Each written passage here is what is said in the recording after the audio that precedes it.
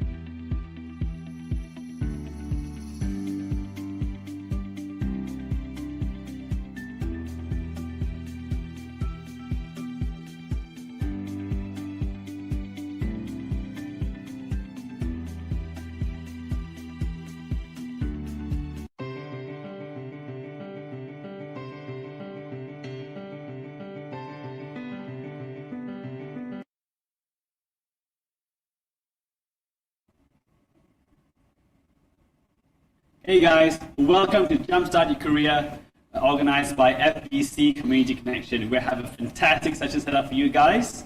We got three fantastic speakers. We have Leong Sat Singh from Education, Alex Tan from Technology, and Victoria from HR. More than 60 years of experience, of combined experience between all of them, and they are happy to share through their experience on how they can help jumpstart your career. If you're just starting out the workforce, if you're looking to change a job, or if you're just started your time in university, this is the place for you to be.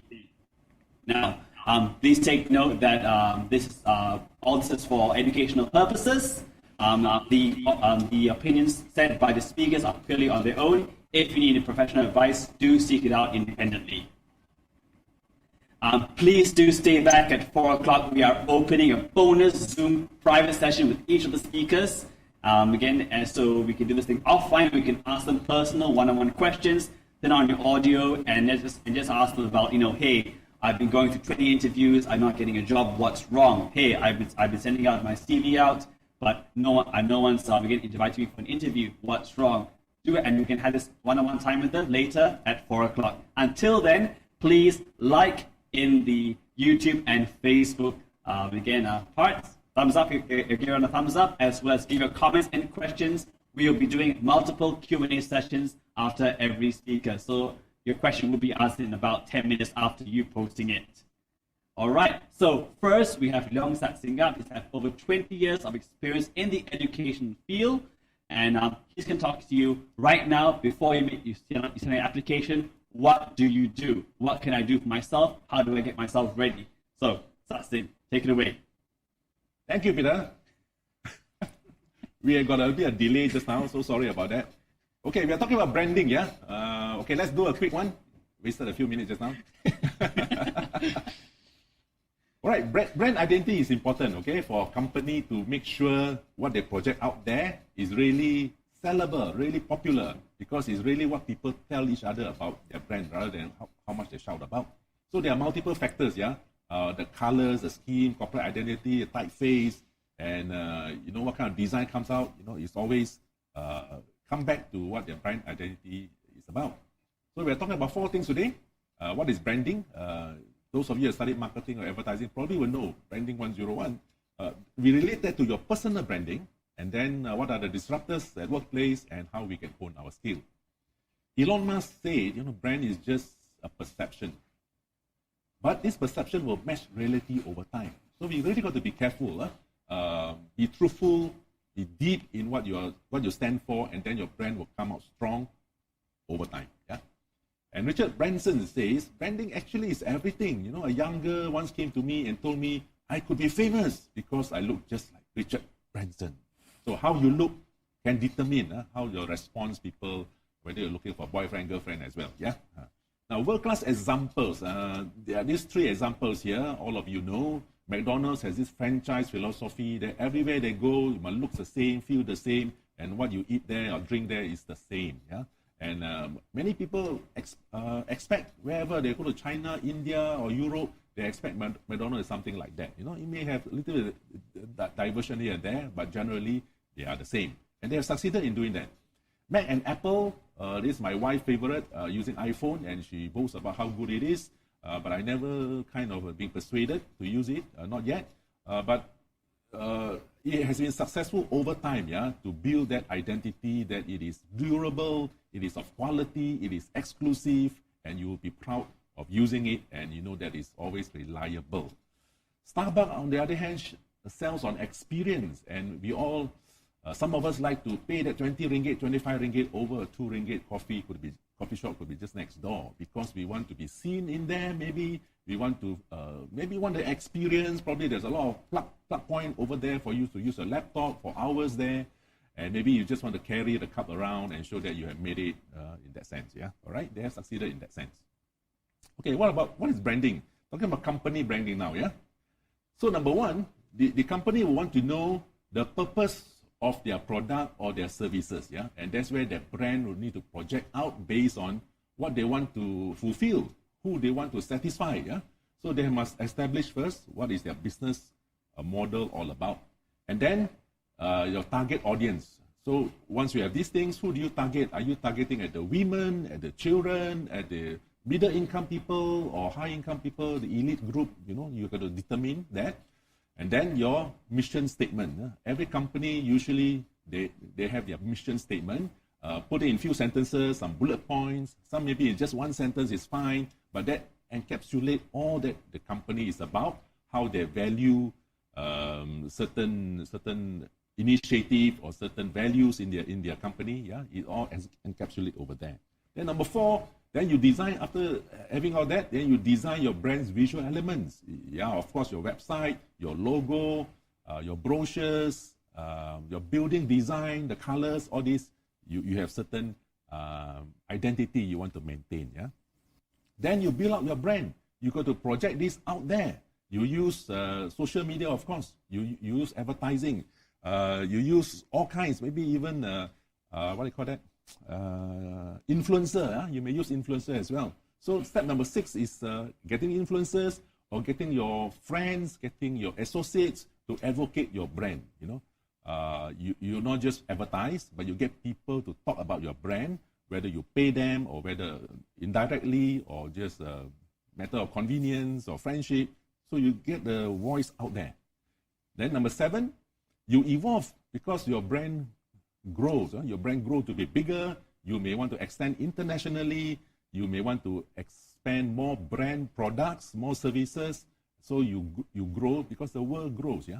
So then you back to moment of truth. Now what is this? This is where after people hear all about your good company, and they maybe experience, they go to your hotel. If you are a hospital, they may have used your hospital. Then they feel for themselves whether what you say is really true. Do you really go for excellence, quality, durability? What are you talking about? So this is where the customer will know the truth, what you really stand for. Right? A little bit more about this later on. So your personal branding, okay, that's company branding just now. So back to now, relate to mirroring to your personal branding. So number 1 is your career purpose. Of course, all of us say we want to go for a job because we want to earn salary. All of us say that, of course. But can you change your paradigm thinking a little bit differently? Because we know all of us need money, but can you create your proposition a little bit different? Are you helping to build a profession? Is it a legal profession? Is it an engineering profession? Are you serving to make a difference to any community? Are you contributing to build a business or economy of the country? Or are you creating jobs? Maybe you're an entrepreneur, you're creating something that will serve a certain purpose for a certain segment of customers, perhaps. So what is your purpose? You graduated as a business admin, as a designer. What is your purpose? Ask yourself. Second, who is your target audience? Well, obviously are the employers. You want to do something, and you are targeting those people to employ you. That's your target audience mainly. And if you are entrepreneurs, You want to be entrepreneur, then you're targeting probably some potential investors, some associates, some partners, and even potential employees to join you. Number 3, you tell your story then. What is your story? You tell it in your resume most of the time. All of us do that. You put your qualification, your skill, your experience, and your list of past employment if you have, and any engagement in, say, a social setting or NGOs or other places that show that you are not just sit down in front of a computer all the time, watching TV, Netflix all the time. You have to show that you are out there. You are doing something useful. You have networks, you have friends, and then you put down your achievement. School achievement doesn't matter. Okay, college achievement, and what are other achievement out there? Your recognition, any awards that you got, and then you put in an elegant format in your CV. Put in the right emphasis. I usually don't recommend too many pages. 1 or 2 pages will do. And please do customize it. Customize it to the company when you apply for it. What I mean is, normally when I receive a lot of job application, I see all the resumes. They are all the standard one. It's like he will use it to send to 30 other companies the same resume. That's not too bad, but you can be better. You can be better if you are a marketing person and you are joining a hotel for an interview. So perhaps you want to customize your resume to talk a little bit about hotel industry, a little bit about that particular hotel or that area. Give you a little bit of idea how your skill, your experience can help the employer to take notice of you. Customize it. That may help in a sense. 4, your visual elements. Just like company, they have their logos and brochures. You will have your photos, your public platform, your social media. How you appear in your social media. If you want to be found out more, then make it public. Make it public. Show all your good stuff, your happy moments, things that you value. Let people get to know you a little bit better. So don't put all those vulgar things if you have, or any racial thing, any statement, all those. Come on, those are really no. Once the potential employer find out, they have a certain perception of you. So if you're looking for a job, you're still potential to be employed. Do something that is positive. It's not your private. You want to make it public. You want to show that you made a good stuff. So building out so you project, you have those appearances, your photos and social media. You want to project it. You want to use certain platform like LinkedIn.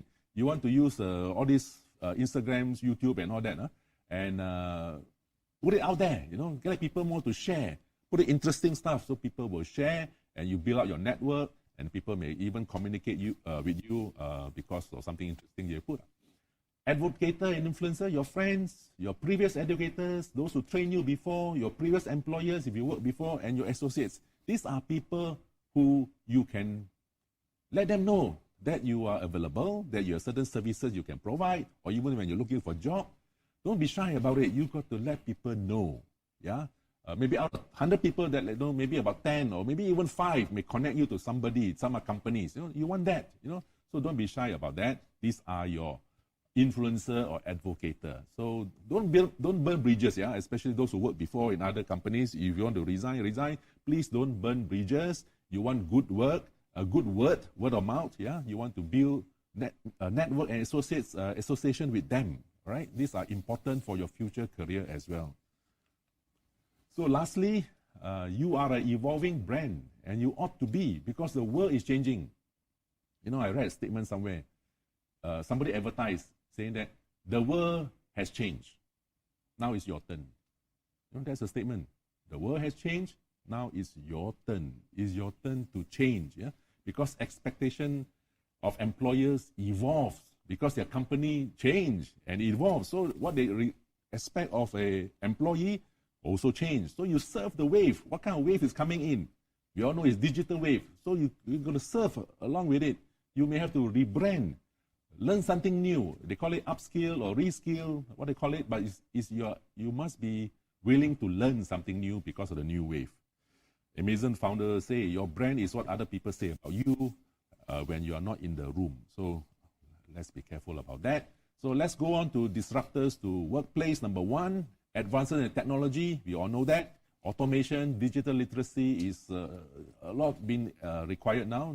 Alex, beside here later, he will speak. He also mentioned about it a while ago, saying that the job skill of people, graduates now, very hard to find talents, very hard to find because of advances in technology. Then increasing globalization. Globalization impacts us so much, right? The most recent one is the one that started from Wuhan, right? Because of globalization, all of us are impacted. The whole world is affected, yeah? So it can be negatively, it can also be opportunities, yeah? We have opportunities to work far and wide, and then technology, modernization, transfer also very fast. And then international mobility, yes, we can go out there to work now, very click of buttons, we can apply for a job, interview over the Zoom, and also other people can come to work in Malaysia too and compete with you, yeah? So these are pros and cons of that. Changing customer behaviors, yes, now they not just want the normal thing, now phone must have good camera, right? So other people, like maybe, I don't know who, Nokia couldn't catch up, and maybe that's why they drop out, yeah? Okay, now honing your skill. Hard skill is something that all of you they have learned in your university or college. Soft skill is how you react, you behave and react in situations. You've got to be adaptable. Ability to accept change. Yeah?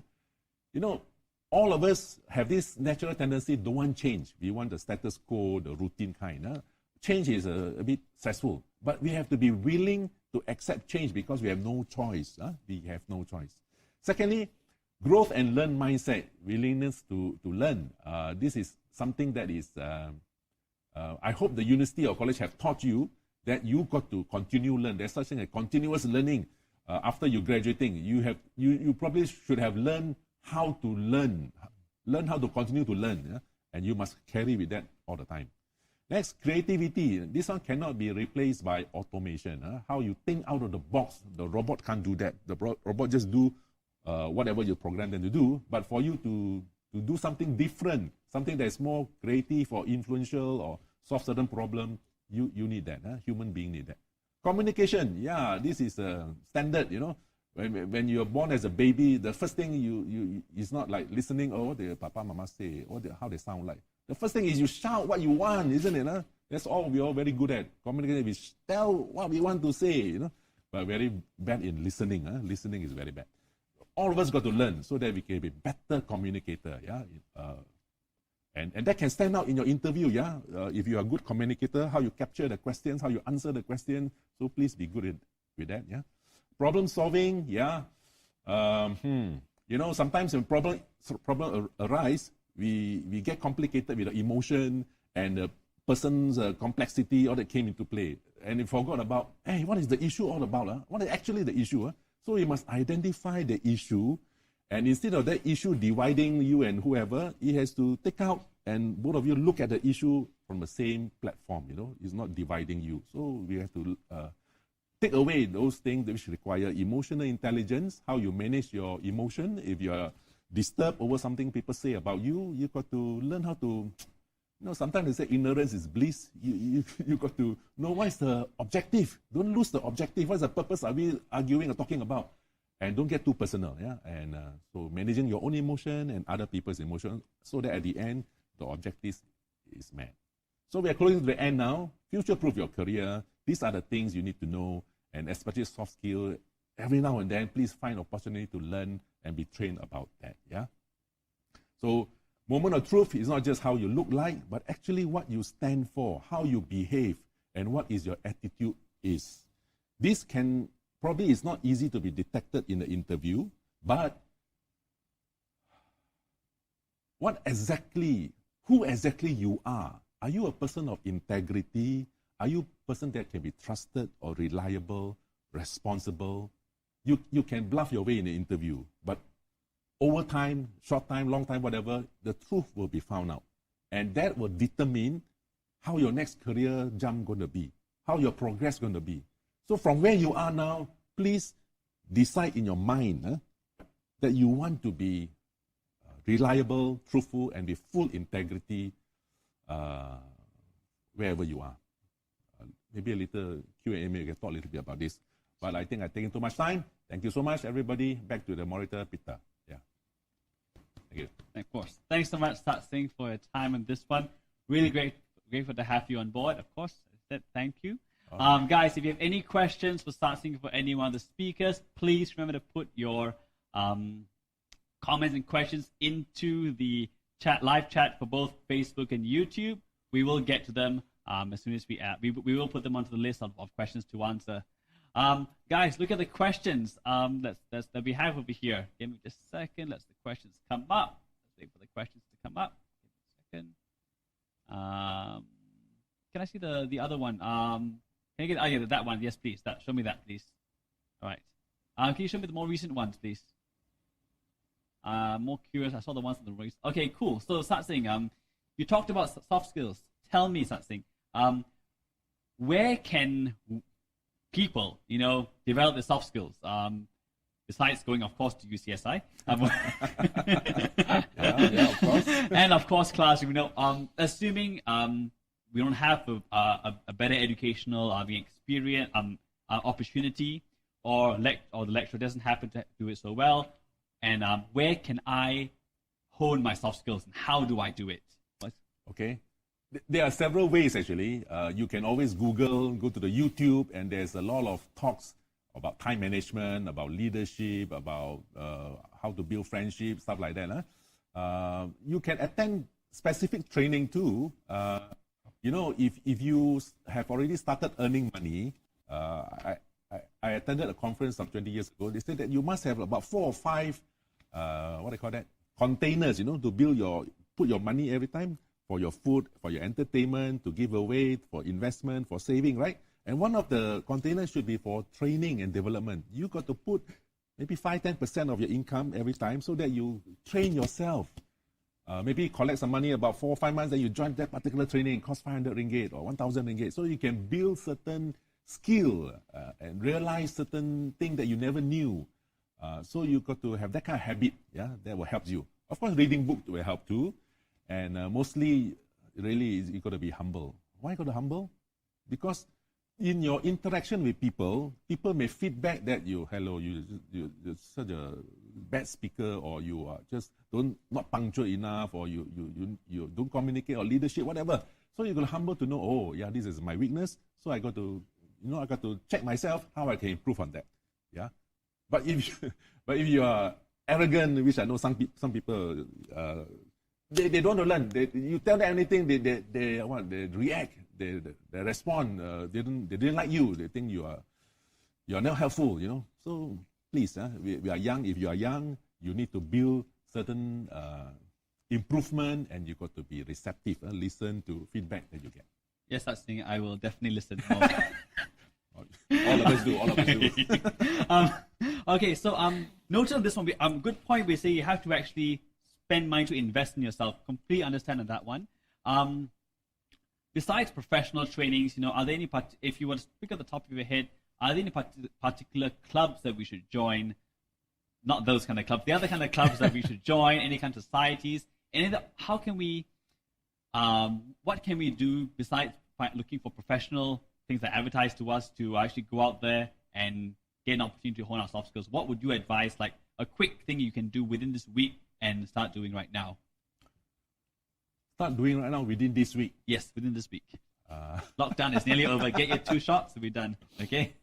Well, I can't give you that answer now, but there is one particular training which is free of charge that you can join to improve your public speaking skill.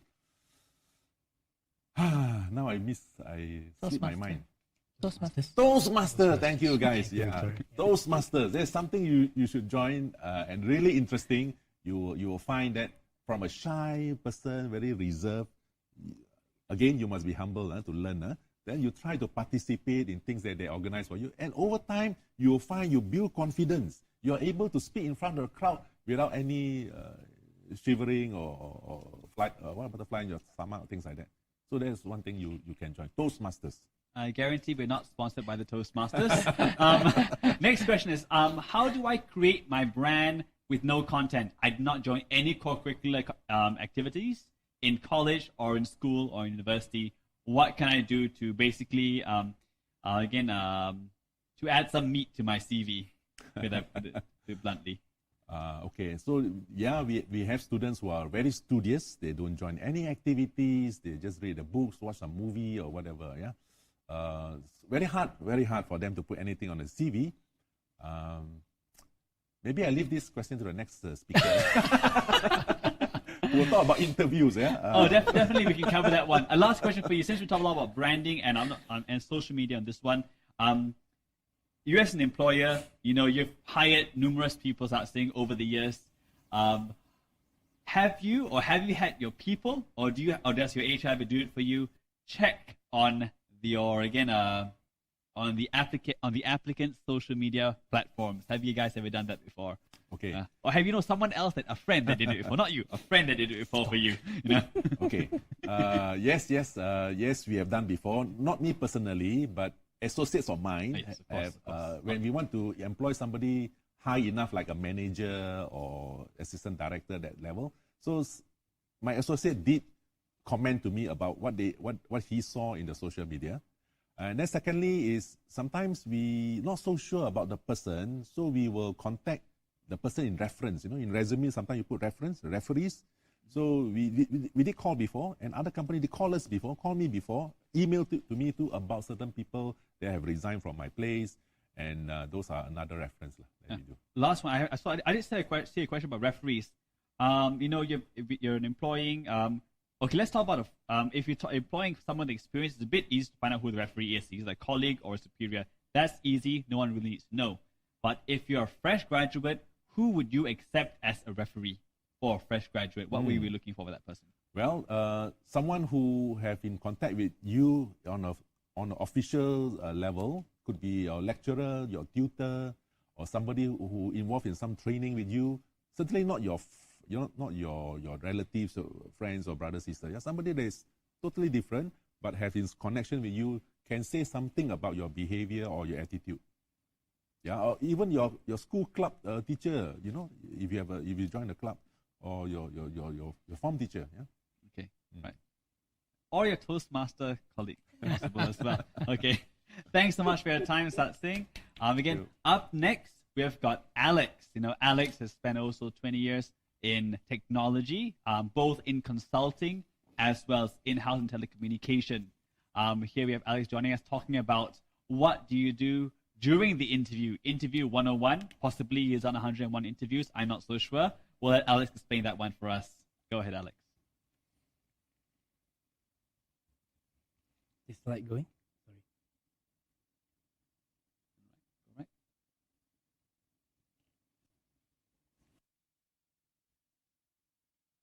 Good afternoon, everyone. Let's make sure the clicker is working. It is.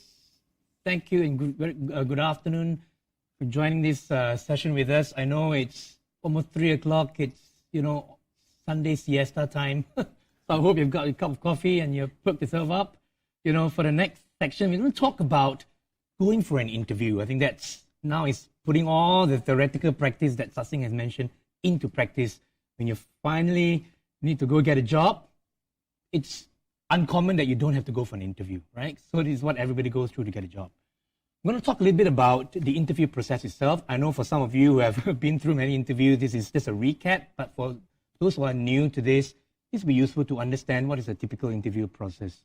And then we're going to talk about what we need to do to prep for the interview, or what are the practical tips during the interview itself, what are the typical interview questions, not just the interviewer asking you questions, but what are the questions that you could ask the interviewers as well.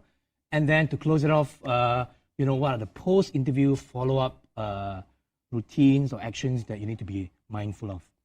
So firstly, the interview process.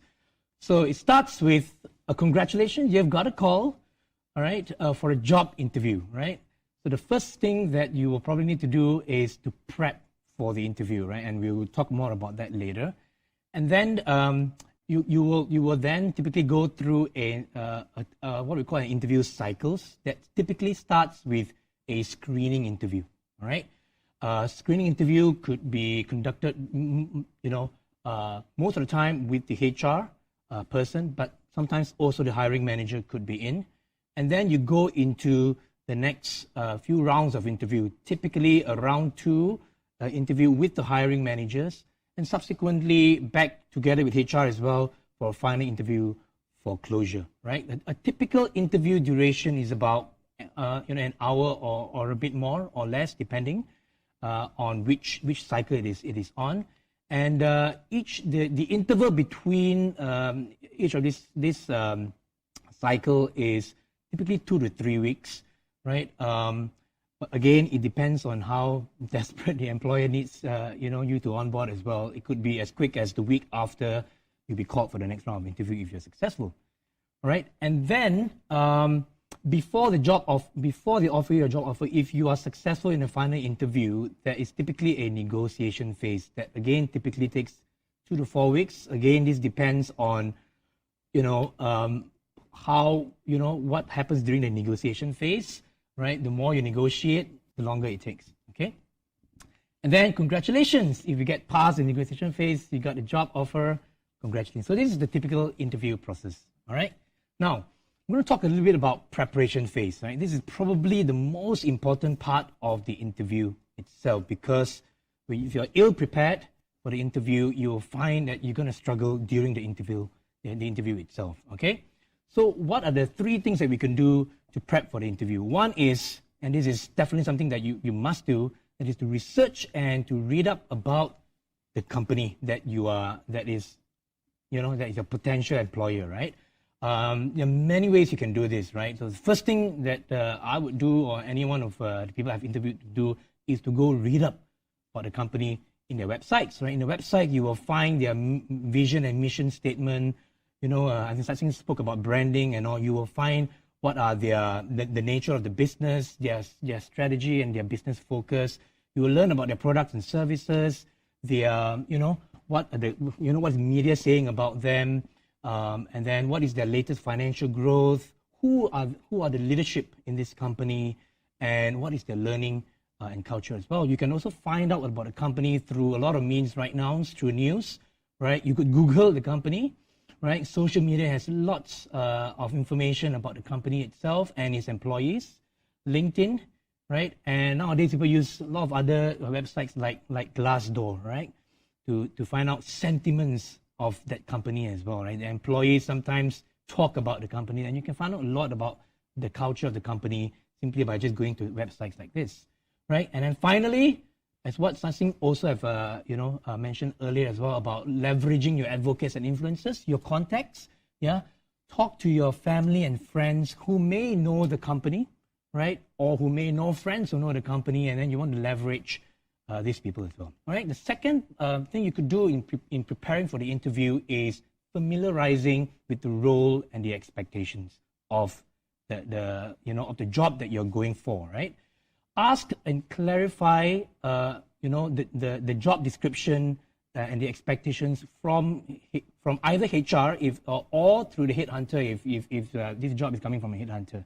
Right. Clarify what exactly are the expectations for that role or for that job. Right. And then once you have clarified, research into each of the skills and the experiences and expectations, and make sure you understand what is required, right? And then which organization and who does the role and report to, right? Now, who will this role report to will determine, what type of preparation that you need to prep for as well, right? Are you reporting to a senior specialist or a manager, right? So then, having found out who you're reporting to, then you would then find out more about that person that you're reporting to, and prepare for the interview, right? And lastly, get advice and coaching from the more senior family and friends. I think I spoke about this, right? Especially when you're new to the workforce, right? Talking to people who have been there, done that will certainly help. Okay. And finally, preparing for the actual interview itself requires the following advice, yeah? Which are the, I think every company is different in the interview process, so you need to find out how many interview cycles are there, right?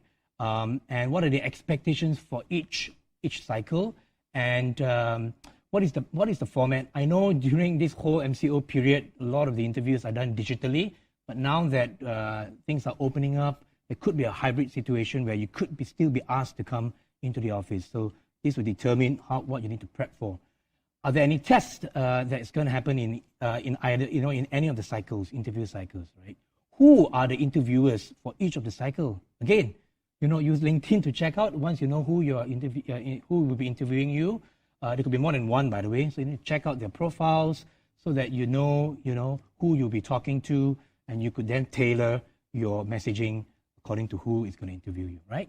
And then obviously this is a no-brainer, but please familiarize yourself with your CV and resume and make sure it is up to date. I have come across countless of CVs that are not up to date. It's quite embarrassing, where your CV stops at 2020, but now it's 2021. What have you been doing in the last year? So please make sure it is updated, all right? And please rehearse it, tailor it if necessary as well, right? Make sure it's not a 20-page document. It is a 1 or 2 pager that succinctly describe who you are, okay?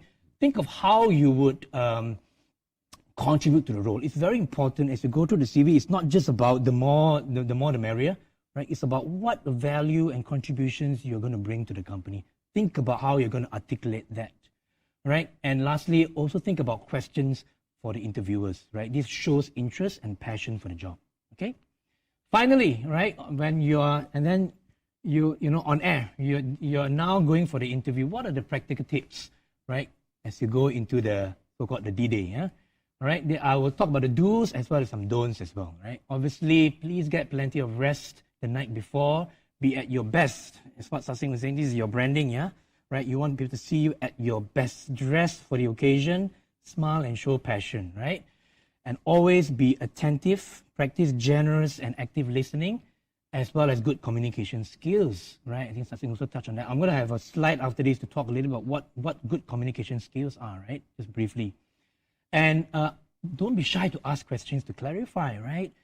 Interviewers are going to ask you sometimes tricky questions, and if you don't understand it, don't, bluff your way through, but clarify, right? It's okay to sometimes say, I don't know as well, right? So be authentic, be honest about your answers. Interviewers really want to see who you are, right? And what you can contribute to the company. Give clear examples. Don't be vague about your skills and all, right? So if you do have examples, talk about it. It is about show and tell, right? Now, it helps if you also kind of take notes, but try not to use your mobile phone and gadgets. It's very distracting, right? You take notes, so it shows that you're paying attention, because you may want to clarify certain things that was mentioned by the interviewer as well, right?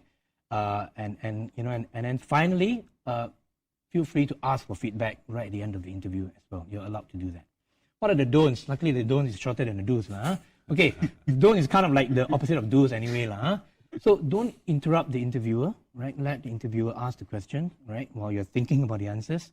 Okay, and try not to, now with all these gadgets and all, I see a lot of people playing with their gadgets as well during interviews, so don't fidget with it, okay? The opposite of being honest and authentic is exaggerating and lying, so it's a big no-no, right? If you don't know, it's okay to say that, right? And try not to be so chong-hei, long-winded, don't beat about the bush, go straight to the point, because you already got that 1 hour to state what is best about yourself and to present your skills and knowledge. Right? Now, this is a very important point, the next point here, about avoiding this we and third-party language.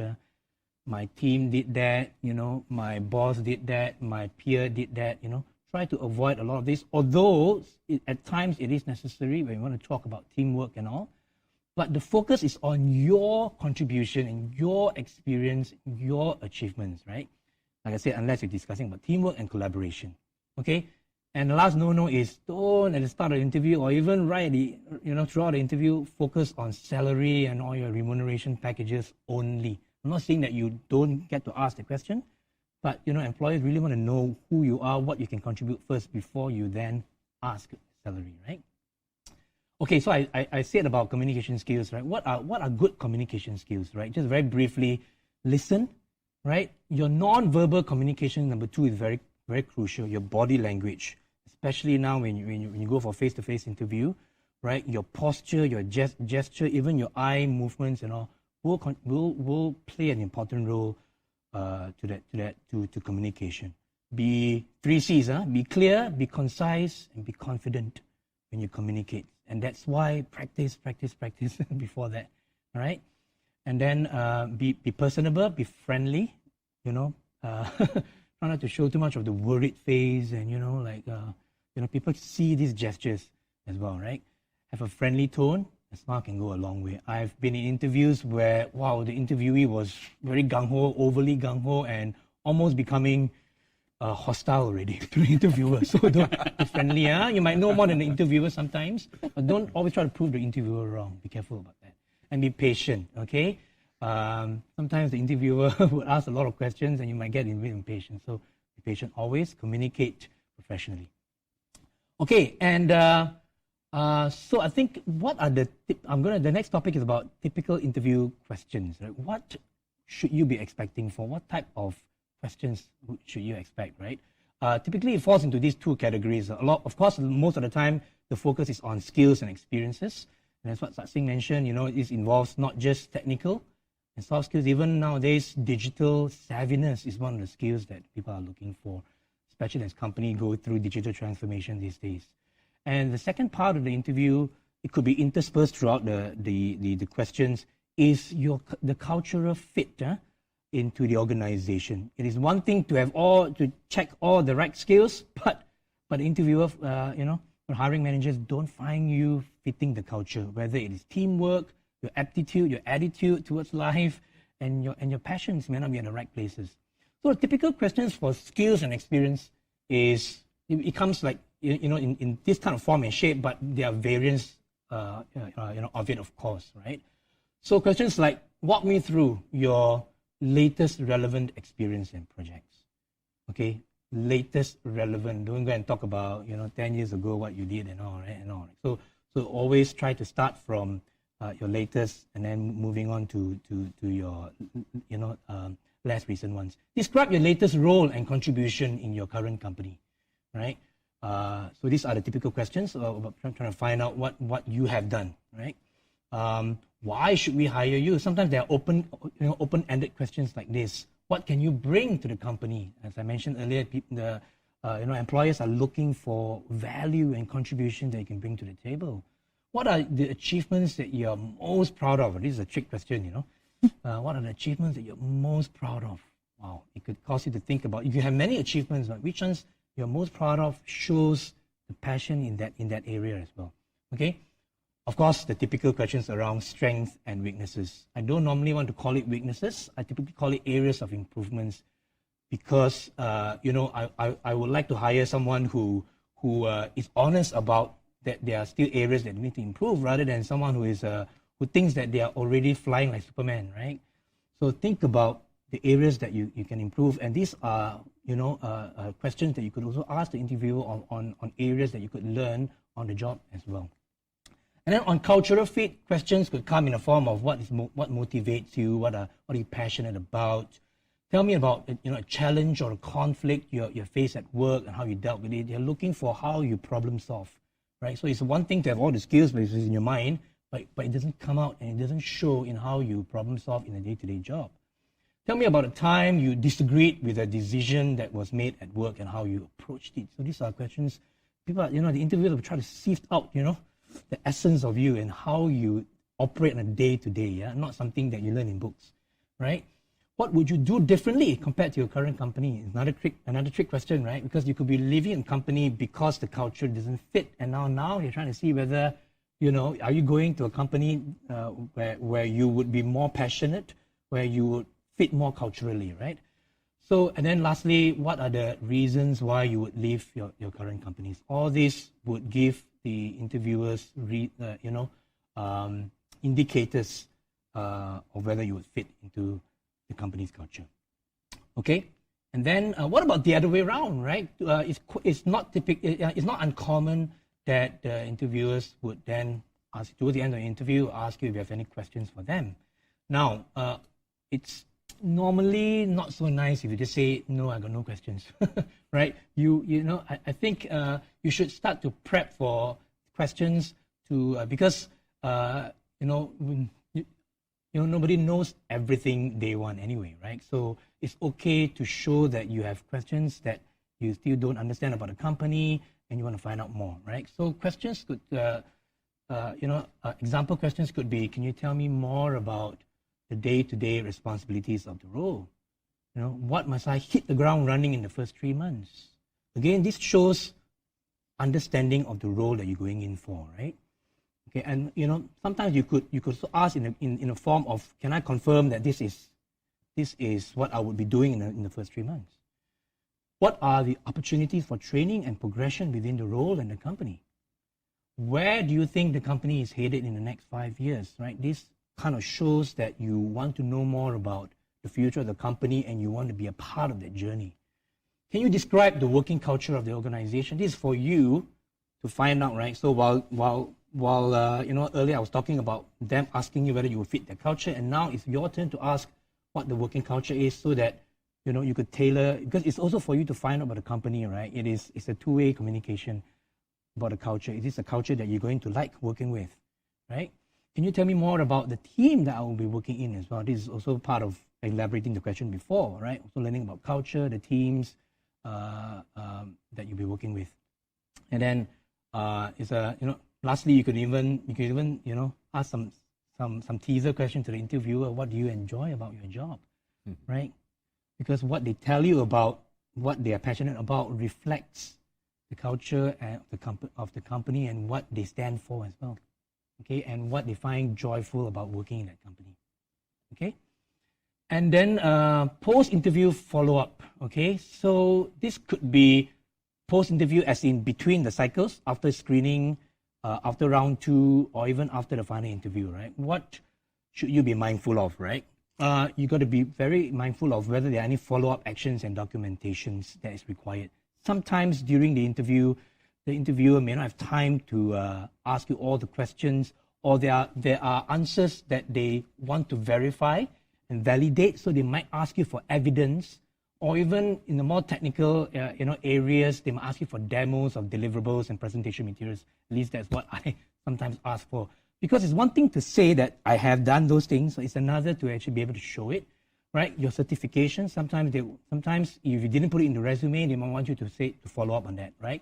Are there any tests and challenging tasks that they might assign to you, right? There are many depending on the seniority of the role, some roles may require you to go back and do some homework. Sorry some interviewers are a bit, right? What about this, right? They want you to prove and show me, right, how you would do it and not just talk about it, all right? Now, it's very important to build rapport with your HR recruiter or the hiring managers, but don't overdo it lah. Don't go every day hound them and say, how did I do? When's my next interview, right? Like I said earlier, one of the do's is to ask for feedback and the coaching for subsequent interviews. It's okay to ask that. Then they will tell you what you need to follow up on, right? If you don't hear from them in 1 or 2 weeks, you can follow up with an email.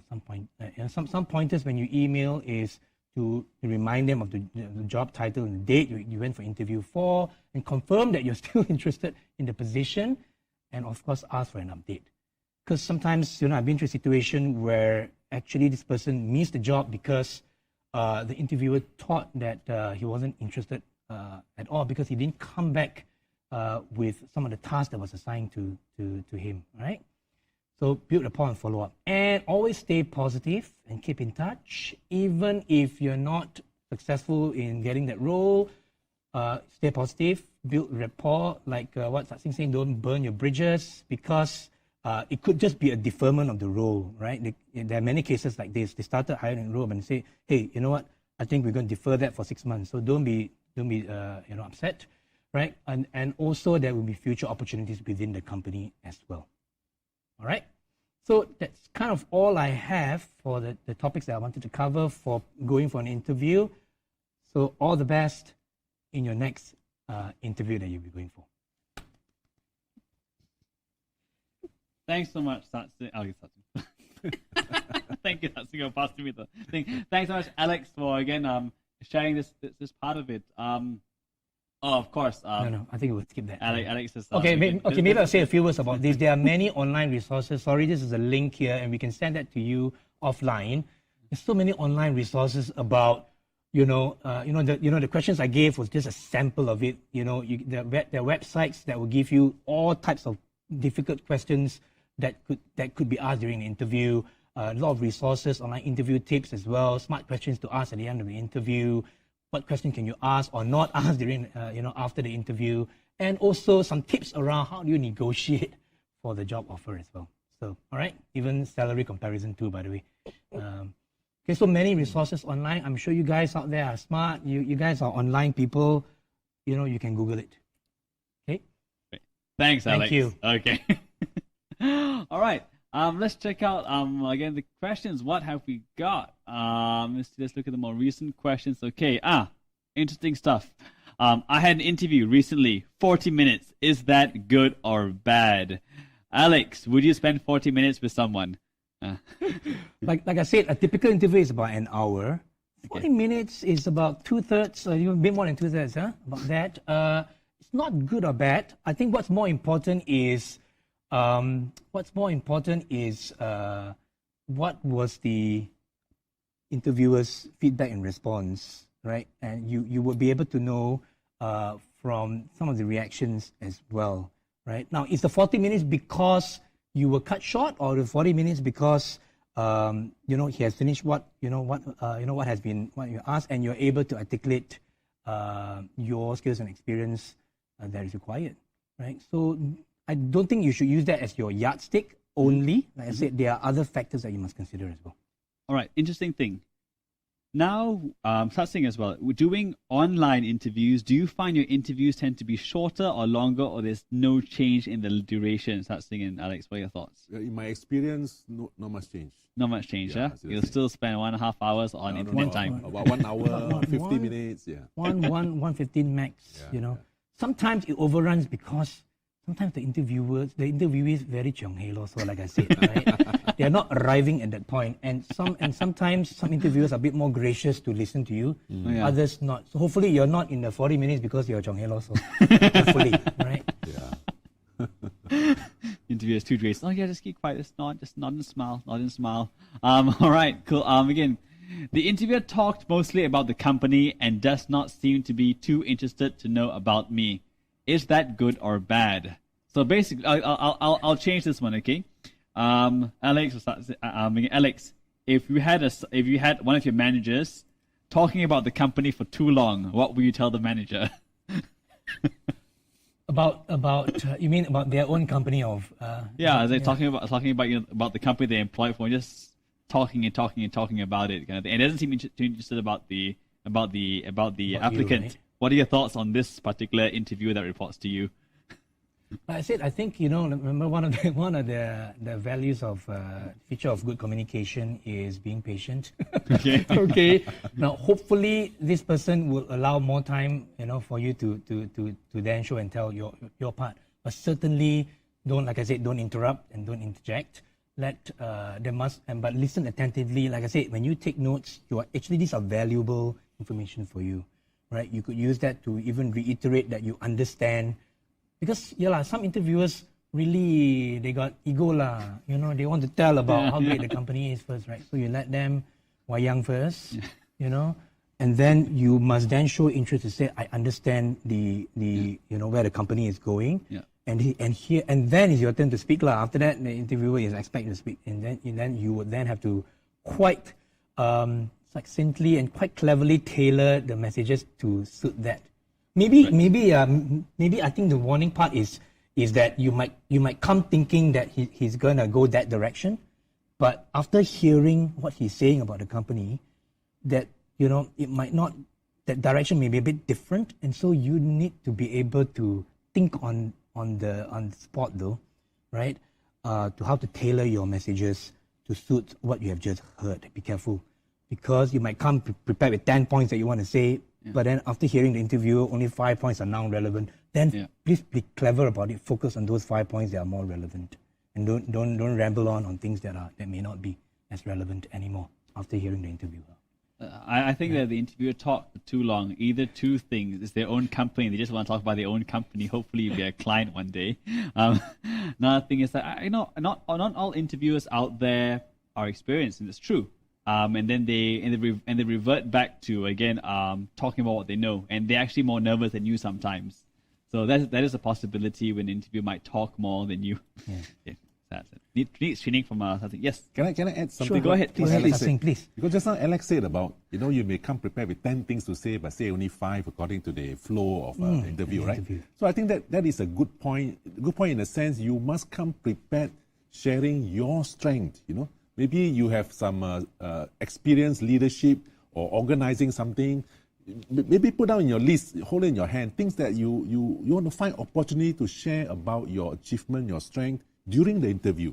Even sometimes they may not ask you for it, but somehow you can find a link, and then you share your part of the story for maybe 30 seconds or 1 minute. You add in, snippets here and there, because you want the interview to know as much as possible about your strength. So prepare for that. I remember 30 seconds or 1 minute, not more. Okay. Anything more, you're gonna go into a spiel. Okay, next one. Will the interviewer judge me from the emails I send to the company? Thoughts? Okay, so I just spoke about Yeah. that. I'm not sure if the question is regarding the follow-up emails to the company. Is it? Possibly. Whatever it goes through. I wouldn't think that they would judge in a sense of saying, hey, why is the person writing, right? Unless they have made explicitly clear that please do not email or do not ask. We will come back to you, right, in a week's time, right? Also, so if the week is not up yet, I think don't try not to be impatient. If the week is up and you email, I don't think it's they won't judge you based on that. Like I said, if you're professional at all times, should be acceptable.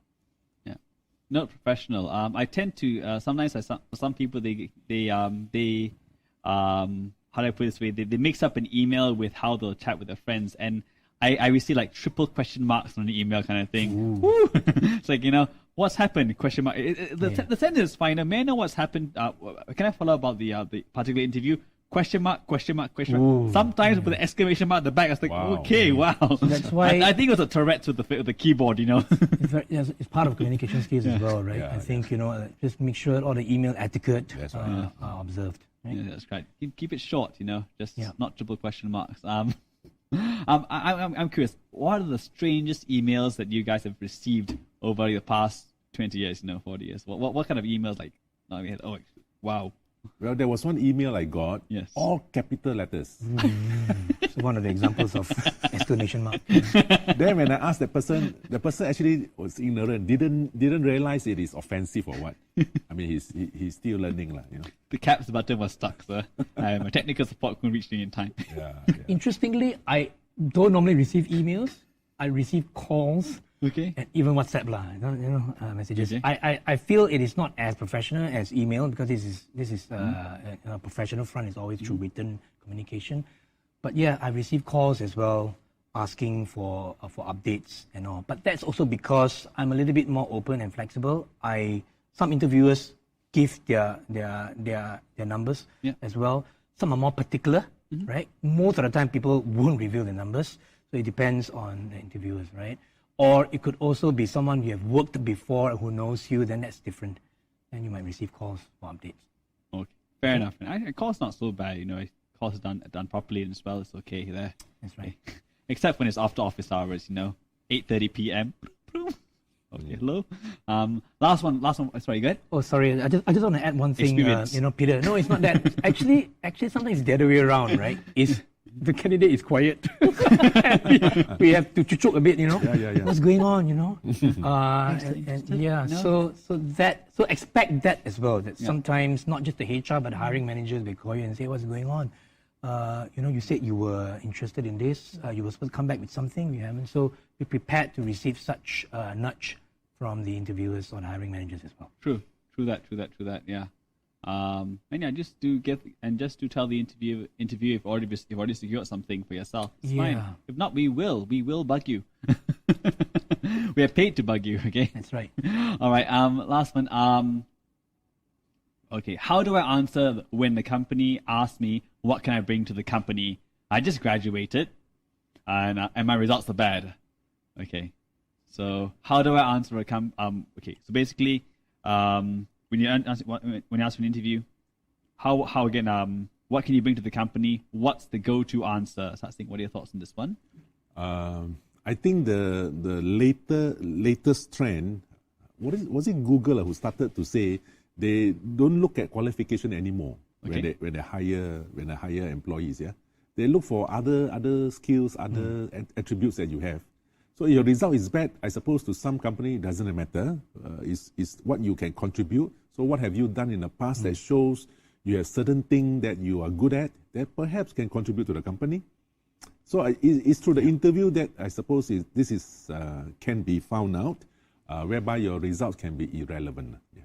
Possibly. Right. So that's so good point by Satsing as well, right? Because the question is also about what can you bring to the company. Remember, of course, the results, are one of the factors. They can be important, but that is just your ticket into the working world, right? To the working world. So in fact, if indeed your results are not so good, then you need to find ways to prove that there are other strengths and skills apart from just academic results that you're good at. And especially when those skills are more important than academic results for the company. That's why find out about the culture. Now, they might be looking for someone who is able to sell, because if the job is in sales, then it's able to sell. Then all your experiences, your extracurricular activities count too. Then you might want to emphasize more on those lah. You need to not emphasize on your CGPA if it's not that great, right? But how you have used extracurricular activities, leadership in education, if you're fresh out of college, those contribute to soft skills. I think you ask about how we can learn about soft skills as well. These are on the job. The only on the job training you have is through your extracurricular activities in school, in college. Interesting thing. Let's just try to see how, for the person watching, see how bad of a situation he or she might be in. Okay, what kind of jobs or roles would results matter more than others? That's again. Give two examples of what job would results matter more and results matter less. Sorry, don't quite get your answer. So, your question. what kind of jobs in the market, where your academic results will matter more, and what kind of jobs in the market where your academic results will matter less? For example, professor of university, maybe it doesn't matter what you scored as long as you can say things in front of those kids. I don't know. No. Yeah. So of course, in a education setting, they really emphasize on your qualification. Really, you know your stuff. You have qualified. You have passed those exams, and so you're qualified to teach. Yeah. So those are important. And I suppose other company setting that need you to be certified by certain organization, be able to train or be able to consult certain software, certain applications. So those are important. May not be the traditional degrees, but certifications. Okay. Where else? What I can immediately think of that doesn't matter about your qualification is marketing role. You are good in talking. You can capture the gist of what the company is selling, what the product is about. And you can talk so well, you can present so well, and so convincing, and then so emotional. Then people will be so touched and want to buy your product or use your service. That is what counts to the company. Your how many A's in whatever exam doesn't matter at all. Yeah. So we're glad to hear all of your lecturers are nicely qualified. Of course. We're not sure about your sales team, okay? They are qualified too, in that sense. Alex, go ahead. Having said that, I think the importance of results will diminish as more as late in the later years than at the start. At the start of your career, that's the only yardstick that they have for the particular field that you're studying in, right? So companies like consulting firms, whether it's the McKinseys of the world, the BCGs of the world, or IT consulting firms, do value results for fresh graduates more than maybe other end user environments, right? Because they're looking for really top-notch smart people who can hit the ground running even with zero skills because they have that learning ability. Like an Accenture, right? It's an example. Accenture, right? Yeah. Check out Alex's LinkedIn to find out why. Okay. All right, guys. Remember, guys, if you have any more questions, please put them into the chat for both Facebook and YouTube. Right now, we're just going to go into a short interval, short break. Iklan, yeah? Okay. So, first of all, is there more to life than just this? Is there more to life than just getting a bachelor's degree? Is there more to life than just starting work in and out? Well, what we have is Alpha, which is starting on the 6th of January, okay, where we can talk with other people around Malaysia and around the world and finding out what else is there more to life. Do we have the video up on this one? Video will be up in... Life moves fast, doesn't it? Every day there's so much to fit in, but do you ever stop and think, what's the point of it all? Do you ever ask yourself, is there more to life than this? Alpha is a series of sessions exploring life, faith, and meaning. It's a space where you can ask all the big questions, say what you think, and hear about other people's points of view. First, there's video and then discussion. Each video explores a different aspect of the Christian faith, and then in a small group, you get to say exactly what you think. The aim of each video is to spark conversation, each week unpacking a different question.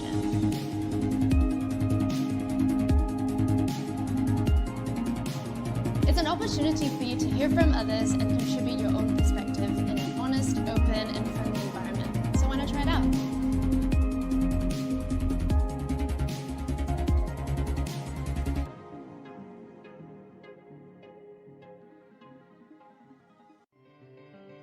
My friend introduced me to Alpha.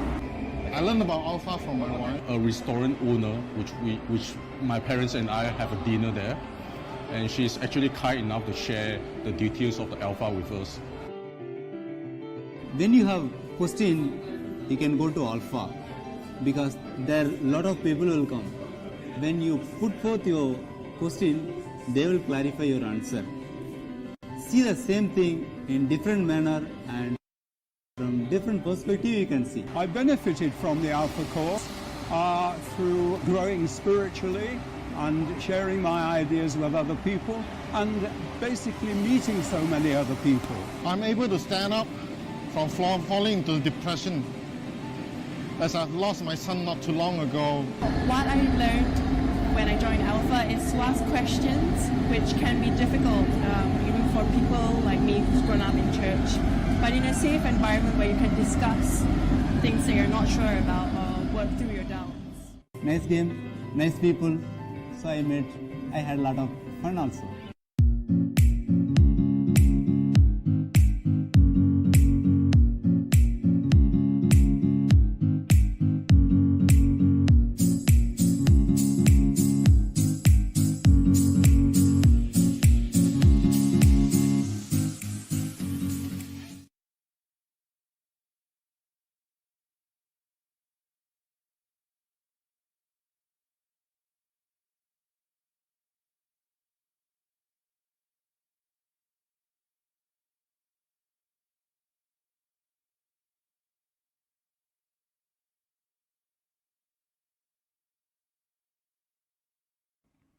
Hey guys, welcome back. I'm glad to have a look at Alpha. Possible to get my next slide.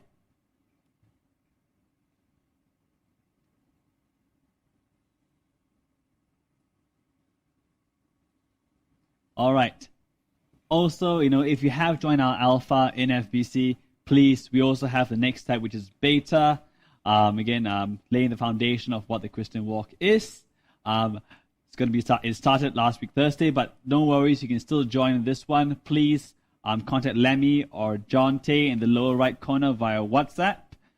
Text them, call them whenever, they will pick it up. They have been contracted to do so. Okay. Of course, if you're looking for a group of like-minded people, whatever age you are, whether you're in college, whether you're in your first job, whether you're in your fifth job, where you're a director of a company, we have a number of live groups around with us where we can just talk about and do live together. H2O, Campus Cell, GG, CATS, NYSL, CIA, and Ninjas. I assure you, this is not a paramilitary group. And the dates and times on the side over there. Please, go to our website, fbc.com.my/live group/ to get some information on this. Again, if you want to go into a bit more depth onto, understand about a bit more coaching on your career, like not get such general questions answered, and want to really go into your CV, really want to find out what can you do to take the next step in your career or start your career, please email fbcsubang.ccm@gmail.com. I'll advise you to email it with your CV. I'll personally respond to the email, and we can set up a time to talk and actually go through your CV and run through some CV writing skills, interviewing skills, mock-up interviews, role playing, maybe talking about what kind of career you want to do, or how you want to mold your career from where you are, and maybe what kind of job selections you're out there. If you get 5 job offers, and again, if you don't know which one to pick, we're more than happy to spend our time with you, talking to you about it. Of course, remember, if you have any questions you want to ask now, put it into both Facebook or the YouTube again chat on the side, and we'll definitely get back to you after each and every talk. Next, we've had after starting Alex, we've got Victoria. Again, has over 20 years of human resource experience in the line, both the fashion line, FMCG, and as well as chemical. Talking to you after you've managed to do some branding for yourself, go through the interview, accept the interview. Now, what do you do after you sign the dotted line? Have you signed your life away? Victoria, tell you about that. Right. So good afternoon, everybody, and thanks for joining us here. So I'll be talking very much about what do you do when you get a job and you're ready to report for duty. So congratulations for getting the role.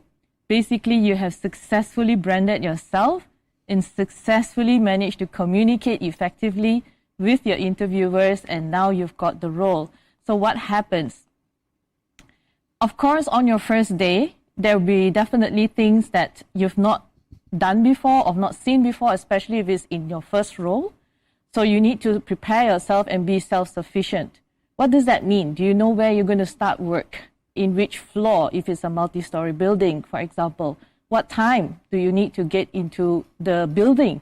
Do you need to do certain security passes and so forth, right? So these are things that you need to be prepared for.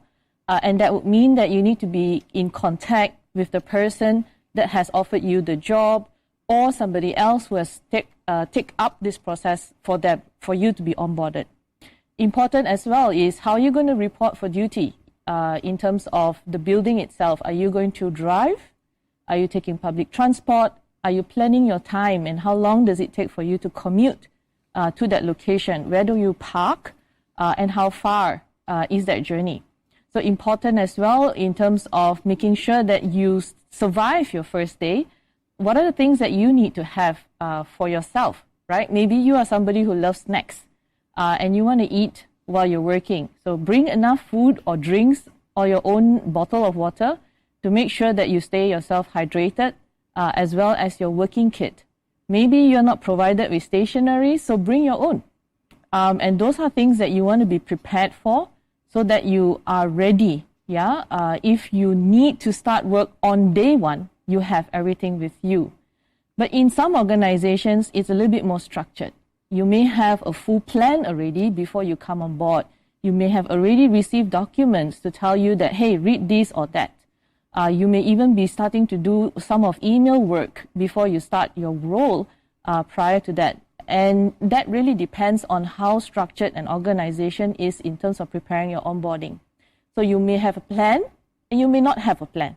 And that's where you kind of learn to be a bit more agile in terms of what do you expect and how do you prepare.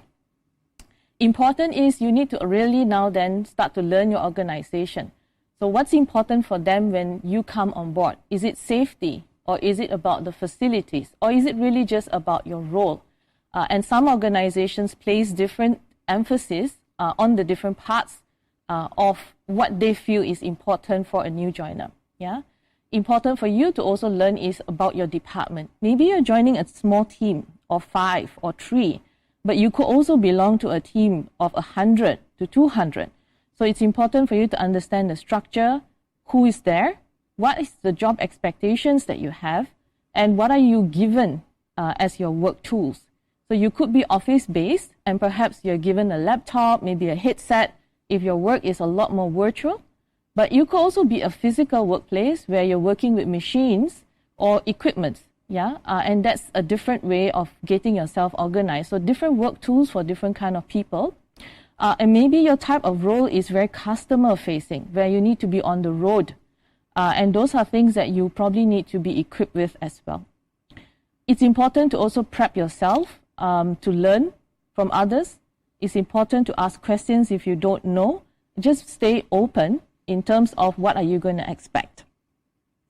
And you will definitely be connected to either a buddy, your team members, or even your supervisor on your day one, who would brief you in terms of what you need to do. It's important for you to be able to find out as well if you're not given any information. So again, staying tuned, being open really on the environment that you have on that day. And how is this different from being in school? I think as you start your working life, it's really about you now crafting your journey, about your plans for your beautiful life. What do you want to achieve? What do you want to conquer, right? You would have definitely some ambitions in place. Perhaps you want to bring your passion not just at work, but outside of work. Perhaps you want to be the person who gives back to your community. But don't forget that you always have to find that balance in between the things that you want to do. So important is you need to be successful, find time so that you're able to plan all the things that you need to do. And firstly, at work, you need to understand the environment that you're in. What's the organization like? Are they a formal organization? Are they a casual organization? Or are they that organization that lives day by day? So it's basically no plan, no structure, anything that comes, you just adapt and respond. And that could be the environment that you would have already seen in your interview process. Perhaps you were given 2 hours notice to attend an interview. That's a sense of what kind of personnel you'll be working with, yeah? Or some organizations are a little bit more formal where you see your interviewers in very official clothes, you know, shirt, jackets, yeah, they could come across as formal. Take a look at their websites. See how they write. See how they are describing the organization, and you can also get a sense. And those are things that you want to learn how to blend in, yeah, to your environment. And for you to be successful at work, it's also about your network. How are you establishing your new relationships at work?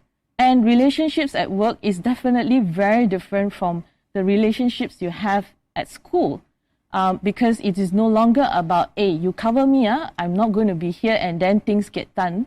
But it's really about you establishing a credible and trustful relationship, delivering as well as learning and giving back as well. So your network is very important.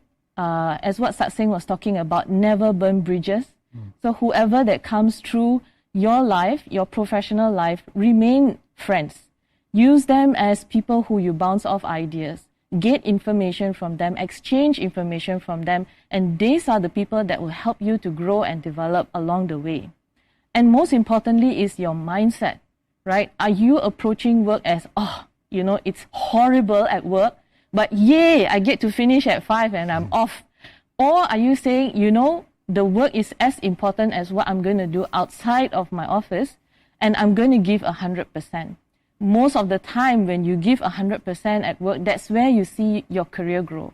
That's where you start to see your supervisor believing in you, and that's where you start to see that more and more things are given to you because you can deliver. And that's what's expected of you actually. As you start working, and of course, you know, you would come into an organization, they will tell you, you know, we build very big buildings, or we are the number one, so and so. That's the purpose, right? But beyond this very big purpose, what's there for you? How do you contribute to the success of this company? What is the department responsible for? And that's somehow connected to the work that you are doing, right? So maybe you are in finance and you are responsible to process invoices.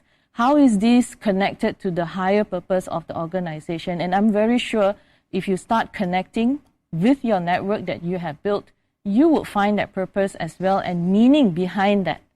Of course, you need to understand what are you ultimately responsible for? What do you need to deliver? Maybe you have daily KPIs. Maybe you have weekly KPIs or annual KPIs, depending on the role that you are given. But you need to understand what are your deliverables. And if you're not clear, ask, clarify. Because the more you silence yourself or the more you shy away from work, the less you're going to be able to advance. And this is one thing you need to understand. Communication becomes that front for you to kind of connect the dots in terms of what you can and cannot do. Asking for guidance is not a weakness, right? Asking for help is not a weakness. And it's important that you're expressing yourself, you're asking for clarity, because that's resourcefulness. Yeah, how are you getting information? How are you completing your assignments? How are you completing maybe a very difficult task? Sometimes your supervisors like to challenge you and they say, hey, can you just get this done for me? I don't know how you're going to get it done. Just get this done. And that's really about then how do you problem solve? How are you going to use your friendship that you've established at work, the tools and the resources that's given to you? Maybe they have a very huge online library. Maybe they have an academy that you can learn from. That could be functional skills or even soft skills that can help you get things done. So be resourceful, be open, explore what's available in the organization for you to be able to establish trust. Because trust not just comes in communication, trust comes in how you deliver your role. How are you giving back to the team? Are you helping others? And beyond what you're completing or what you're committed to complete, how are you helping the department move forward as well? So within the first 6 months, it's very, very typical when you join an organization, they have this thing called a probation period. And probation period can range between 3 months to 6 months. During this time, you should know what is expected of you. So if you're not informed what is expected of you, again, clarify. And finally, you know, you've maybe crossed that threshold, you're confirmed, basically you have good friends and good network at work. What should you work towards? I think ultimately it's about finding your why. Everybody is given a gift when they come into this world. It's about the passion that you feel, something that you feel really confident about. Maybe you say, hey, this is really what I want to contribute to, and that's basically your why. With that, you know, try to expand, try to go beyond what you have already done. So if you've already conquered something, go for the next, and then the next. And basically in that journey, you are able to find your why. But essentially, no journey is always rosy. There's always ups and downs. But more importantly, as what Satsang has spoke about earlier, have that growth mindset. Invest in yourself. Have the open-mindedness to say, I failed. And if you go back to biographies, and I think you have read a lot. The latest that I saw was, I think, Indra Nooyi, the CEO of Pepsi. So she's just published her book. Take a look at that. And she has also described how she has also faced challenges of her own, you know, as an immigrant working in America, you know, and a female, you know, working in a C-suite, first time.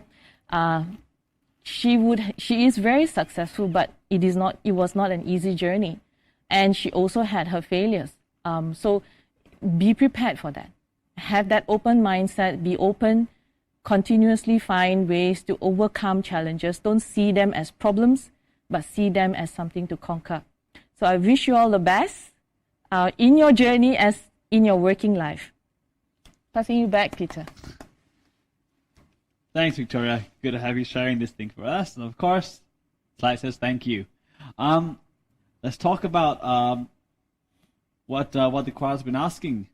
I saw some lovely questions over there, especially about which Japanese company am I working for right now. Let's look at the most recent questions. What can I do to make sure I pass my probation? I do not even know who to speak to aside from my seniors. Let's take this in a more interesting manner. Why should you bother passing your probation in the first place? Yeah, really. Why should you bother passing probation? Victoria, could you share what is the big significance about passing your probation? What is that? Why is that important? Right. Well, I think, okay, from a HR point of view, why it's important for you to pass probation? Because you are then confirmed. All right. That's the technical or HR term to it. What does it mean when you get confirmed? Typically, in organizations, you may have privileges or benefits that you would have received as a confirmed staff, number one. Number two is that your employment does not end. So when you don't pass your probation, basically the organization says goodbye. and you don't need to work here anymore. And that's what you don't want to face. Yeah. Hopefully, it's not the organization saying goodbye to you. Hopefully, you are saying goodbye to the organization because you found something else. Oh, okay. Why are you saying goodbye to the organization? You work for a lovely company. Why not? No, stay forever. Keep your salaries low. Okay, so first of all, you're saying your benefits may improve if you pass your probation. So you basically get more bang for your hour. Okay. But so what can I do to pass my probation? I don't even know who to speak with besides from my seniors. This comes to a possibility this person may not know who their direct supervisor is. Curious thing. When you have many years of experience, who should you go for? Should you chase HR or should you chase your immediate boss? Who is the best person to chase for this one? Well, if you talk about professional conduct, I always say go to your senior first. Okay. Go to your immediate supervisor. If your immediate supervisor is not responding, then try the next level of hierarchy. Okay. But never go above or across before you try the one that is in front of you first. Yeah. Okay. So in practical sense, just for people that signed out the career, so you take to your senior says senior is not responsive, go to team lead, team not responsive, AM, senior, manager, senior manager, all the way in. How far do I go up before I go to the HR? Do I just keep going after the CEO, or do I say HR after my I suppose what's you can. What's the advice on that one? I think you can stop at department head. Department right? head. Okay. If your department head is not responsive and you exhausted all avenues, then of course you come to HR. Okay. Okay, fine. Don't email the CEO yet. Go to your department head, and then contact HR to send him a warning letter after that. Okay. But I'm sure they will respond. I don't know. It's not my company. Okay, not coming to me. All right. Alex, have you always responded to your to the confirmation? Have you let it pass by sometimes?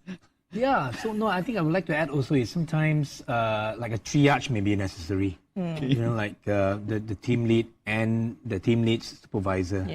So because sometimes the department head might not understand what has happened, and he might want to do what we call a skip review as well, skip level review together with the immediate supervisor. So that sometimes happens as well. Because sometimes it could be some mismatch of understanding of the role and the responsibilities as well.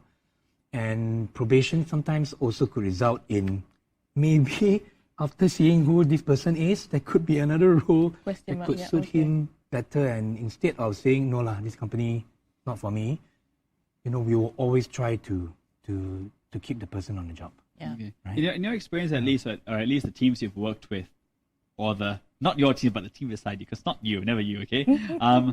Let's add to this one. What have you ever done early confirmation before? An early confirmation before. I think such thing has done this. Yes, I've done it, all the time. Secure them. Even extended probation also. That one too. Around with it. Both extended as well. Give me a story on either side or either bring it forward or bring it back. What's happened on your side? No, so I think it also depends on HR policies. I mean, we have to follow the rules as well, right? No matter how gung-ho you are and how excited to get the guy in, we just got to follow the process. So, early confirmation means that I know I'm going to say yes anyway when the time comes, right? But I think the more troublesome ones are those that require extended probation. Tell me about an early one. Why did you want to confirm that person early? What did they do? He is to you. He is who he was, that he was flying, right? I mean, the moment he was on the job, and in fact, he, when he exceeds expectations even. So you want to quickly close it before he even have a chance to rethink. Yes. Because sometimes you might like him, but that person, him or her, that person, may not be that sure. Because probation is also two ways, I've seen also cases where he is flying, but he also found that this is not quite the job for him also, or because sometimes you also you could also be contacted by other companies, right? Because of timing issue, you could have accepted this job, but then shortly after, another company whom you had always wanted start to woo you back, and you then have a choice. Yeah. So To say you, no you as like the person, but the person may not have liked you. not Sounds like my high school dating life, but So always remember Okay. that Yeah, it takes two hands to clap. right. Sat Singh, tell me about the time when you had to extend probation. What happened on that side? What did the person was crawling instead of flying? What happened on that side for you? So usually when that happens, of course, we have a meeting with the person, explain what is a shortcoming, what he needs to improve, and give him another chance to prove himself. Yeah. But if you look at the question again, the question say, what can I do to make sure I pass my probation? Sounds not a usual question. Is there something else you need to do other than performing to your immediate superior? You know, so if any company worth its salt will have come to the time, they know they monitored you already 6 months, so it's time to inform you pass or not, or extend, whatever, right? So I don't think you need to do anything else. Yeah. Definitely not UCSI. They definitely had a nice job description, like laid out for you and everything. But we don't know. It could be another college. Okay, getting this kind of question out. Next question: can I leave the office before my boss? I really have no work given to me, and it's already past 6 p.m. This person is obviously not an auditor. We know that one. Okay, so first thing on this one, what are your thoughts? Would you allow your staff to go home before you? Actually, I often leave before my staff. Okay, good. I often no, not often. leave my office about 6 to 6:30. Okay. So I may be among the earliest Okay. to leave office. Yeah. That is because I try to finish everything I can on that day. Okay. Go home is home. Okay? Okay. I try to. Not successful all the time. But you see, when you leave the office, or when you come to work, for that matter as well, we do have company policy. Yes, I give some flexibility, plus minus half an hour. You can be late a little bit, but if you are too late, you got to take leave and or do replacement later, things like that. But by the end of the day, they really got to know who is their boss. I usually try to. I usually try to impress upon them, I'm not your boss. Your department head is also not your boss. It is your work, your performance, your deliverables. Those are your boss. At the end of the day, each of us are given different function and role to meet the company's purpose, whatever that goal is. We have different roles and responsibility. So if you can come late, say, instead of 9, kind of 10 o'clock, but you leave at 7, 8 o'clock, okay? But you're performing, you're doing so well. I wouldn't want to, put you to difficulty, penalize you for that half an hour, 1 hour, but you are a performer, So the question is really who is the boss, and all of us are sincere in performing, At the same time, we try to abide to the company policy, but with some flexibility. Yeah. Okay. Some flexibility within what the boss wants us to give. Okay. What is their boss? Okay. Yes. Yeah. Yes. You want to say something just now? Well, for me, I think it's about understanding the environment that you are in. Because you may be in a company that is highly traditional, where the boss does require you to stay until he or she leaves, right? But in a more flexible organization where it's more modernized, people are more open-minded, then for all, if you finished your work, then it's time to go home. It's officially closed of business hour. Why not? I don't think there's an issue in that kind of organization where it's really open and already, practicing flexible working hours. Like the one you're working at, yeah? Like the one that I'm working on. Find out which company Victoria's working for. Here's a curious part of the question. If you see over here, it's I have no work given to me and it's already past 6 p.m. So Alex already knows there's something wrong with that line. Alex, say it before I say it. No, Go. so I mean, it's also a summary of a combination of what Singh said and what Victoria said about. I think it's all about the company culture, but it's also about the deliverables that you have tasked to do, right?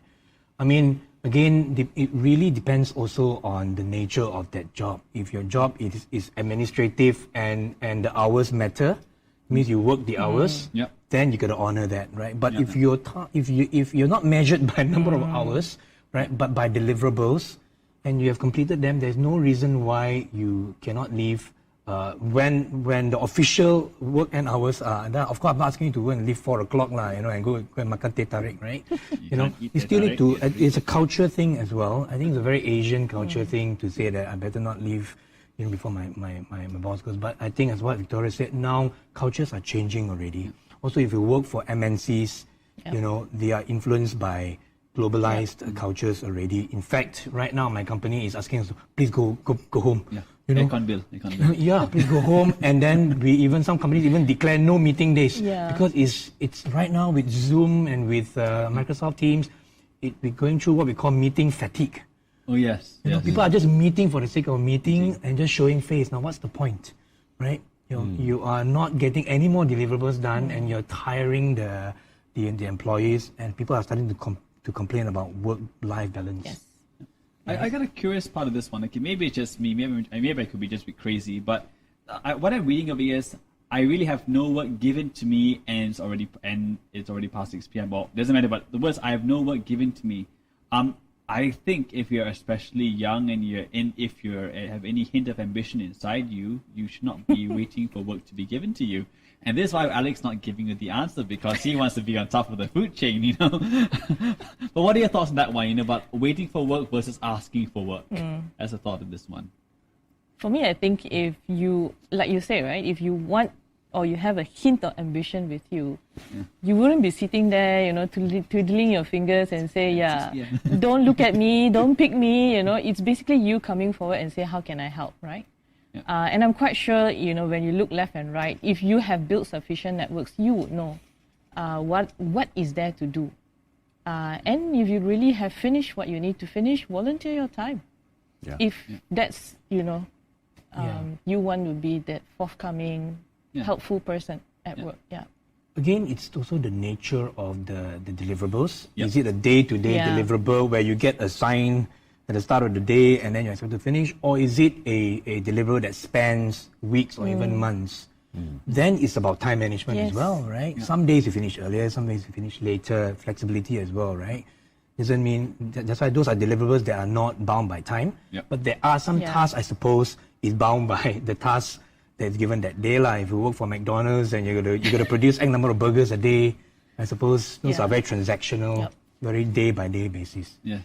So, But technically, I'm not sure. But once your boss, when your boss thinks about who to get the bonus to, or your boss thinks about who to promote or whatsoever, I'm not sure. They're not everything. You kind of find out actually I can't see everyone all the time, kind of thing. And it goes to these how do I put it this way? I'm not sure how much of an impression does this give as the boss when it comes to a review. Will your boss remember you asking for extra work or not?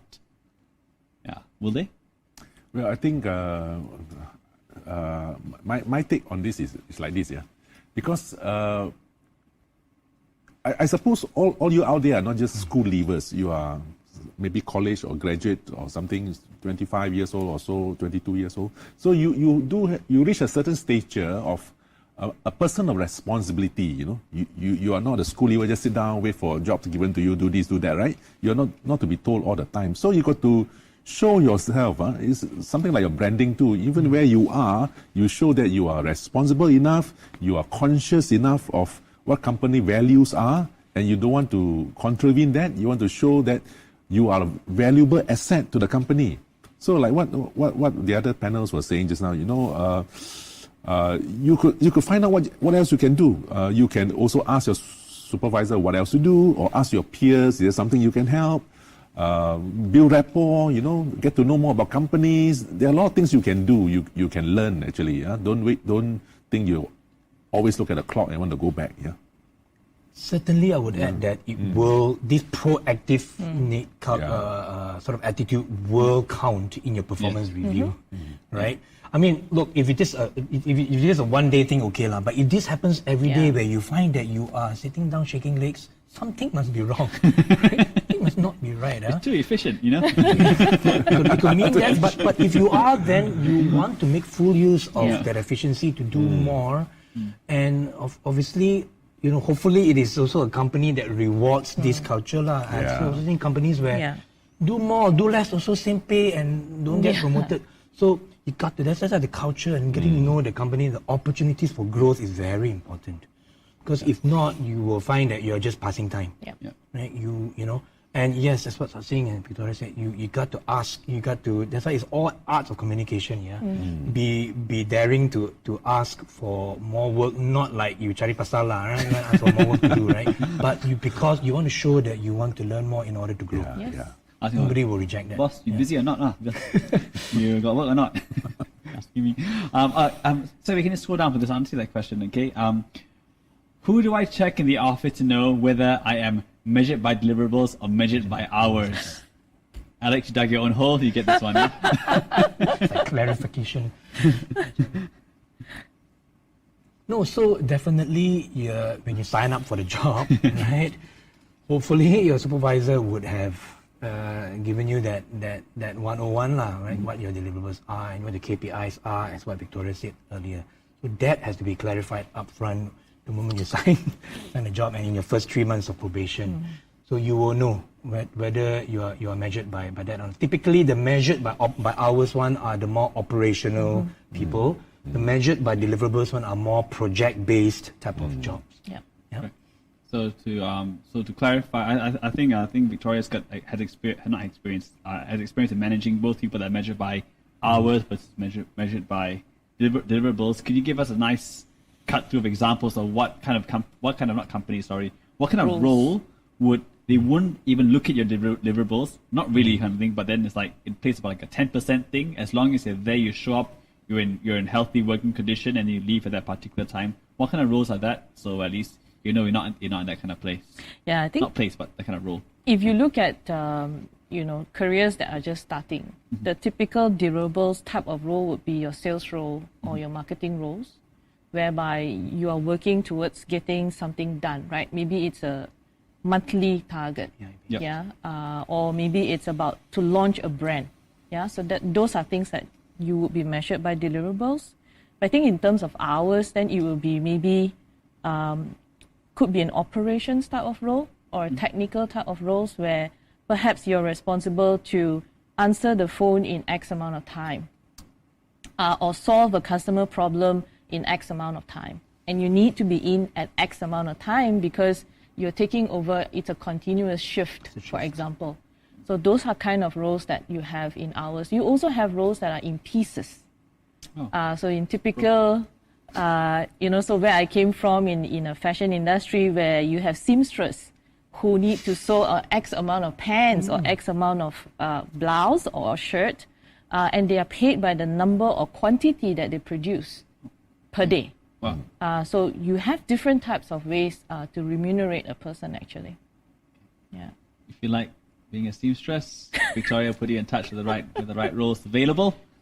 Okay. One last question. I think so we can just scroll back up. I think we missed out one or two over there. I was interviewed by someone from HR.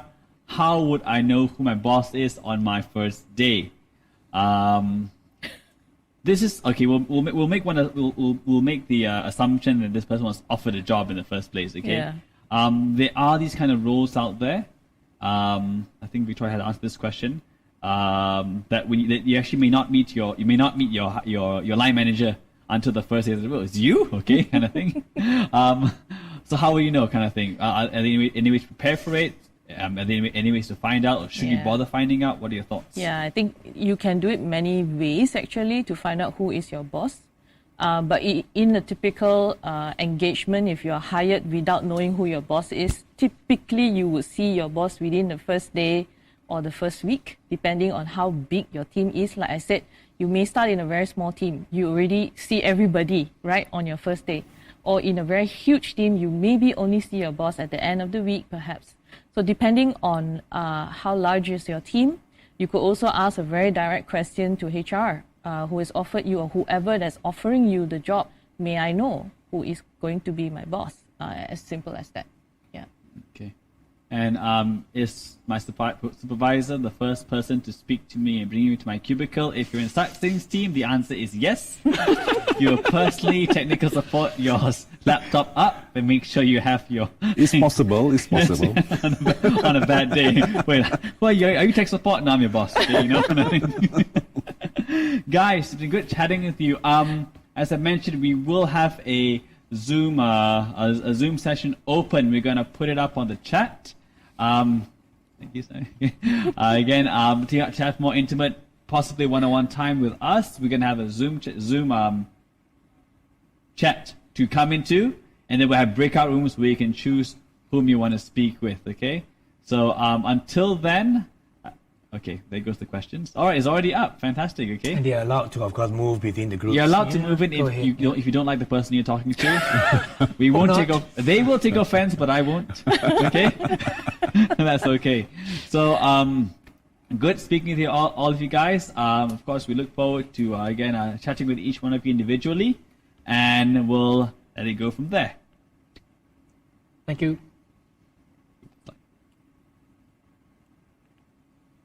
I'm not sure. Are we off camera, Luke?